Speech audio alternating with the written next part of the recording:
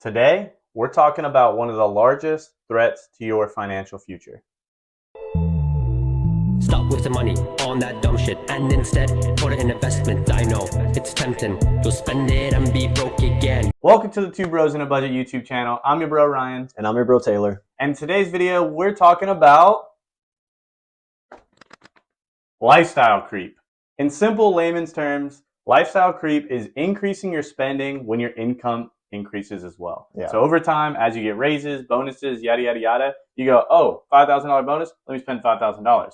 Oh, I make $10,000 more, let me spend $10,000 more. That might sound simple. Oh, I just won't do that. But it's like, let me get a slightly bigger house. Oh, we can afford a slightly better car. You just keep increasing and increasing incrementally to the point you're like, whoa, I'm way in over my head. Yeah. Happens to almost everybody. Yeah, I mean, I've fallen victim to it myself where, you get a bonus or a raise or anything. You're like, well, now I can eat out a little bit more. Mm-hmm. And before you realize it, you're eating out more and more every week. And obviously, everyone knows how expensive that can be.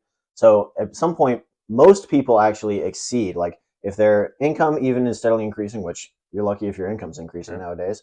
If your income's increasing, let's say like this, a lot of people's creep will just surpass it at some point. So that's something that a lot of people really got to worry about. So why is this so important? One of the main reasons this is so important is if you're increasing your income by the same rate you're increasing your spending or more, like Taylor said, then you'll never be able to save, invest, or anything like that to set yourself up for emergencies, to set yourself up for retirement. You'll be working the rest of your life just chasing this lifestyle. Yeah. I mean, you're actually not improving your financial situation at all. I mean, you can brag about making more money, but you don't have any more money in the bank. So there's nothing to actually prove that you're doing any better. Now, this also adds just unnecessary stress because while in your head you're like, I don't know why I'm as broke as I was before. I'm making more money. Well, the reality is you're spending more money. And of course, this also just hinders your long-term goals. Kind of like Ryan was just talking about, you're not investing in retirement, you're not saving, you're not doing all this extra stuff because while in the short term, you're getting your reward because you're spending more money on, say, an extra vacation, going out more, a couple more nice gadgets, a new car. You're not actually setting yourself up for the future.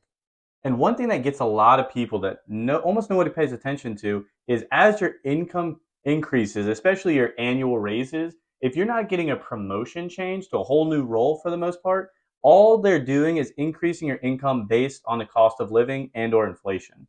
So basically, everything is getting, say, 5% more expensive.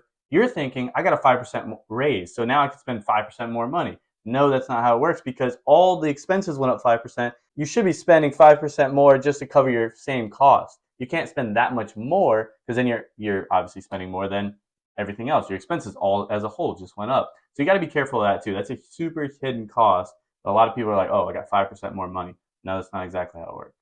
Now, that's not to say if you do get a title change that your salary increase, hopeful salary increase, is now outpacing inflation or anything like that. That's not a guarantee, of course. A lot of businesses will try and pay you as little as possible. But that is something to keep in mind is my raise actually exceeding the new inflation cost of living kind of thing?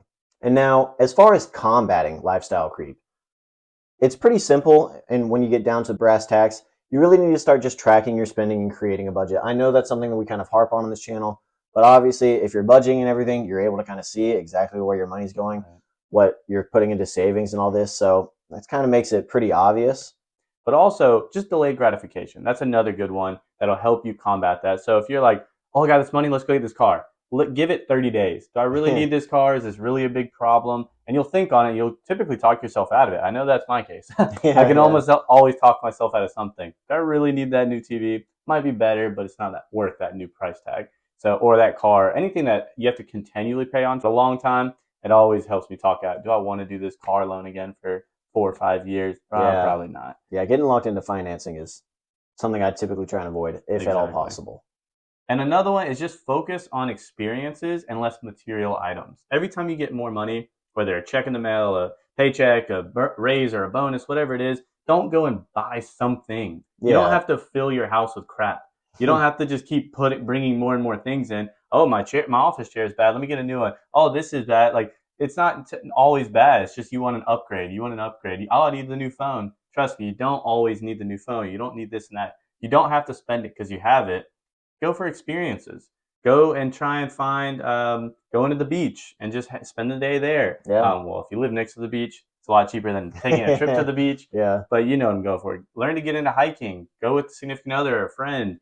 Yeah. And just adding experiences to your life can overall enhance how you're experiencing your life. It makes you happier and everything without having the price tag of constantly having to buy a new thing. Because the feeling of buying a new thing, it fades pretty quick. I mean, Right. we're all kids, or even now, where you get something at Christmas, you're really excited on Christmas Day. A little bit later on down the line, you're like, what did they even get me for Christmas? Yeah. It's just kind of a natural thing to do. While, we don't want to do that, we want to be grateful for everything we have. That's just kind of the reality.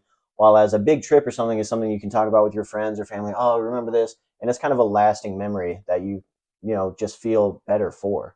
So please let us know if any of these tips helped. If you've heard about lifestyle creep and maybe if it hasn't affected you, I don't know how Yeah. you would work that in, but just if you've heard of it, if someone you know has been affected, just oh man, I know my uncle just kept getting raises, but at the same time he overspent to the point Yeah. he Yeah. had to downsize in house and sell his cars. Yeah. Just let us know in the comments so you can help others know this is real. This happens to a lot of people, even if they don't expect it. And don't forget to like this video, subscribe to the channel, and always, always, always watch our next video. Stop wasting money on that dumb shit and instead put it in investment. I know it's tempting. You'll spend it and be broke again.